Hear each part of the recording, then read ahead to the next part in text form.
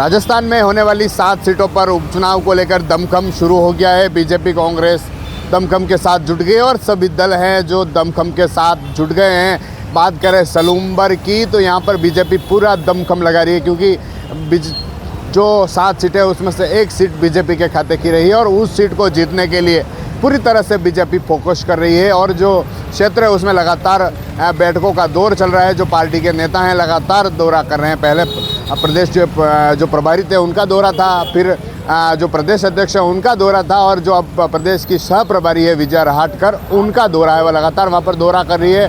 जो बूथ से लगाकर, जो मंडल से लगाकर, जो जिले से लगाकर, जो प्रदेश से पदाधिकारी हैं उनसे वार्ता कर रही है, क्योंकि सलूम्बर सीट जिस पर बीजेपी का गढ़ रहा है, पिछले 10 सालों में बीजेपी वहाँ पर जीतती है, और उस गढ़ को फिर किस तरह से जीता जा सके, फिर किस तरह से बचाया जा सके, इस पर मंथन हो रहा है। जो विजया रहाटकर है वह लगातार जो बूथ हैं, जो मंडल हैं, उनके सदस्य हैं उनसे चर्चा करिए, क्योंकि सबसे बड़ा मुद्दा उस बार रहने वाला है कि जो बीजेपी के कार्यकर्ता हैं उनमें आपस एकजुटता रखना, क्योंकि जो विरोध है हमेशा उठते हैं, और उस विरोध को न कर एकजुटता बनाए रखने के लिए लगातार पार्टी के नेता बैठक कर रहे हैं। पहले मदन राठौड़ और मुख्यमंत्री भजनलाल शर्मा, जिन्होंने भी उदयपुर में बैठक ली और सलूम्बर में साफ तौर पर कहा कि इस सीट को किस तरह जीता जा सके, किन एजेंडों के साथ जनता के बीच जाया जा सके, ऐसे कौन से एजेंडे हैं जिनको लेकर हम जाएं, और अमृतलाल मीणा के ऐसे कौन से काम थे जो अधूरे रह गए, उस पर विशेष फोकस करने को लेकर चर्चा हो रही है। गहनता से मंथन किया जा रहा है। साथ ही